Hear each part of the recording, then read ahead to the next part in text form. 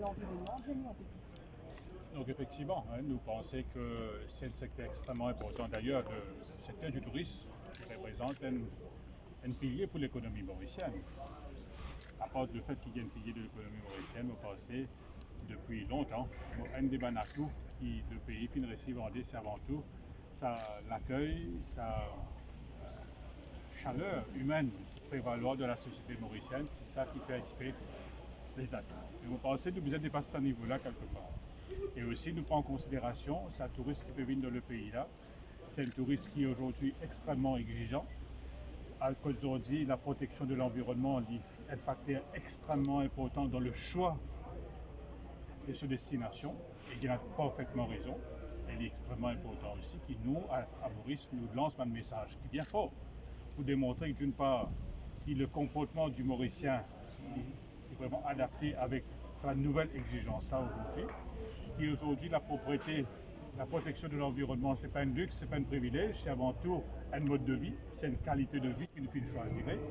Elle est extrêmement important aussi, qui nous fait déjà être capable de démontrer qui tous les atouts que le pays représente, que ce soit en ce qui concerne la mer, la plage, les zones côtières, un espace vert, une forêt, et tout ça là, c'est un élément extrêmement important qui nous est capable de lancer un message fort pour nous démontrer que nous sommes capables de protéger l'environnement. Et aujourd'hui, donc, c'est le but de la rencontre d'aujourd'hui, c'est avant tout pour annoncer l'événement principal qui pourrait avoir lieu samedi le 10 à 10h sur la plage de Pointe-au-Piment.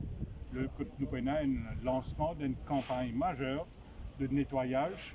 Et ça, nettoyage, on peut faire bien sûr avec le ministère de l'Environnement, avec toute une série de partenaires dans le secteur touristique, le ministère du Tourisme, la MCPA, la Tourism Authority, parmi tant d'autres. Et là, quand nous pouvons lancer cette campagne-là, c'est une campagne qui peut lancer par le Premier ministre, on a aussi le Deputy Prime Minister qui est présent, un représentant des collectivités locales qui est présent là-bas. Ce qui est extrêmement important aussi, c'est que nous pouvons assurer la participation des villageois. Parce que quand le touriste vient, ce n'est pas venir Maurice juste pour la plage, juste pour la mer. Il vient aussi pour rentrer dans les quartiers, visite le Mauricien, guette ce train de vie, participe dans ce train de vie-là. Et c'est ça qui fait un petit peu la beauté de la société mauricienne. Qui peut pas on annonce le 10, le 15, le 29 octobre, mais touristes pas venir 10 les premiers, ils pour en janvier, pour en février. Qui se peut mettre en place pour la suite? La propriété, c'est pas l'affaire d'un jour. La propriété, le nettoyage, la protection de l'environnement, c'est pas l'affaire d'un jour. C'est tout un mode de vie qui nous a suivi. Donc là, il faut finir l'occasion d'y aller dans la conférence de presse. Au niveau de la politique du gouvernement, au niveau de la politique du ministère de l'Environnement, il y a toute une série de mesures qui nous prend pour la protection de l'environnement. Depuis le commencement de janvier, nous finissons le banning of single-use plastic bag. Là, nous augmentons la pénalité en ce qui concerne littering, illegal dumping. Donc, la mesure est là, la loi est là. La mise en application extrêmement important aussi. Là, nous commençons une campagne agressive de name and shame pour qui nous mettons une application WhatsApp qui est gérée par la police de l'environnement, le 5250 51 51, Code Ban Mauricien capable de dénoncer un acte de vandalisme, un acte d'impropriété, que ce soit en termes de littering illegal dumping. Nous sommes capables de dire la police de l'environnement aujourd'hui va recevoir une série d'appels, une série de photos pour dénoncer mauvaise pratique. Donc là, une fois qu'il peut terminer le 10, il y a une campagne qui peut continuer dans la région du Nord surtout, et à la fin du mois, au 29 juillet, nous pouvons descendre devant la côte du pays. Et au mois de septembre, nous pouvons occuper aussi l'île, qui est très fréquentée par les Mauriciens, très fréquentée par le tourisme, parce qu'il ne faut pas l'oublier. Nous avons une première phase d'ouverture des frontières avec le respect de toute une série de protocoles à partir du 15 juillet. Et nous pouvons aussi, à partir de fin septembre, début octobre, une autre phase d'ouverture des frontières avec toute une nouvelle série de protocoles qu'il faut bien respecter encore. Et là aussi, sa campagne de nettoyage-là pour continuer encore. Monsieur le ministre, donc il faut dire que justement, on parle de commencer vers le nord, mais aussi il faut continuer un petit peu en retourner dans le sud-est, justement, parce qu'après ce qui est arrivé l'année dernière, j'ai fait attention pour ceux du côté là. Bien sûr. Donc là, quand nous causons zone touristique, c'est pas juste le nord. Voilà, vous avez complètement raison. Nous parlons dans tous les autres quartiers. Donc, on pensait avec l'affaire Wakasho qui nous fait vivre l'année dernière, c'est un message bien fort qui nous fait lancer aujourd'hui. Je veux dire qu'il nous fait toutes les leçons nécessaires en ce qui concerne l'épisode Wakasho. Et maintenant, sa région du sud-est qui est affectée là, c'est un petit peu de prendre toutes les dispositions nécessaires pour capable faire tout le cleaning nécessaire. Il prend l'occasion aussi pour le tourisme capable de constater sur place qui va des efforts qu'il fait faire suite à l'épisode malheureux de l'année dernière là. Mais le capable de dire en tout cas, c'est qu'il nous veut prendre toutes les dispositions nécessaires pour assurer que la propriété, c'est pas l'affaire d'un endroit, c'est pas l'affaire d'un jour, c'est avant tout, c'est tout le pays qui est concerné. C'est l'implication de tout un chacun qui nous peut souhaiter et aussi c'est un comportement qui est capable d'exister dans la durée surtout. Mais justement, en parlant de l'affaire Wakasho, est-ce qu'il peut envisager pour déposer à la Court of Investigation?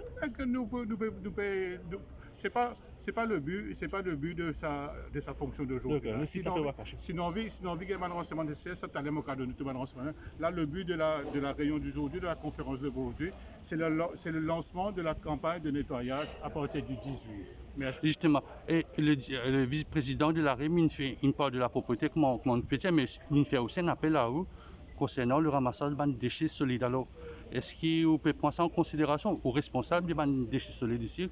Oui, effectivement, le Solid Waste Management, il faut une partie intégrante de sa mandat qui est le ministère de l'Environnement et NALA. D'ailleurs, moi, j'ai eu l'occasion d'y aller. Le Solid Waste Management Strategy, c'est un plan qui est finalisé par le consultant. C'est un plan qui est financé par l'Agence française de développement. Là, nous, dans tout le processus pour nous, Transaction Advisor. Et cette Transaction Advisor-là, il est pour responsable pour faire tout ce qu'on appelle un bidding document, tout ce qu'on appelle un comprehensive plan pour tout le pays. Et quand là, nous pouvons attaquer dans un premier temps deux régions spécifiques, c'est la région du Nord avec la région de l'Ouest. Quand nous pouvons mettre en place une recommandation de ce rapport. Et une des bonnes recommandations qu'ils ont fait faire, c'est qu'ils ne doivent pas capables de continuer avec ça l'économie linéaire, à prendre toute saleté du pays, à enfouir à Morchicose. Ça qui nous, une des bonnes recommandations, c'est avant tout, nous passe d'une économie linéaire à une économie circulaire. Quand nous sommes capables de valoriser nos bonnes déchets. Et aujourd'hui, d'après une étude de caractérisation qu'ils viennent faire, 50 à 60% des bonnes déchets, c'est des déchets compostables. Mais on a aussi un bon pourcentage, c'est des déchets que nous sommes capables de recycler. Et on a aussi un certain nombre, environ 14% des bandes déchets plastiques. Et là, le secteur hôtelier, donc là, nous comptons sérieusement, c'est la rime, nous comptons tous nos partenaires dans le secteur hôtelier, tous les opérateurs du secteur hôtelier, c'est qu'ils participent à l'effort de la gestion des déchets. Et ça passe de l'économie linéaire à l'économie circulaire. Et ça que nous souhaitons avant tout, c'est que le secteur hôtelier, c'est un des grands pourvoyeurs de bandes déchets. Il est capable de vendre des déchets en termes de food waste, il est capable de vendre des déchets en ce qui concerne les déchets verts, parce qu'il ne faut pas oublier, c'est qui souvent ils occupent une grande surface, une grande superficie de terrain, qui a beaucoup de plantations, beaucoup de verdure, et ça lui génère beaucoup de déchets verts. Et là, nous pensons que c'est ça type de déchets qui peut générer là, nous sommes capables de valoriser. Et là, nous travaillons en collaboration avec le secteur hôtelier, comment nous sommes capables de valoriser ces déchets-là, notamment dans la production de compost. Et là, je suis très content d'ailleurs, je suis vraiment un devoir souligné, c'est que le secteur hôtelier, depuis plusieurs mois maintenant, je finis déjà rentre dans la pratique pour la protection de l'environnement, le bannissement du plastique surtout, le single-use plastique dans bon nombre de l'hôtel, il finit banni depuis bien longtemps. Et là, je trouve ça c'est une pratique formidable parce qu'à part du fait qu'ils se peut impliquer dans la protection de l'environnement et ils peut satisfaire avant tout l'exigence du touriste. Et ça me trouve ça une affaire formidable.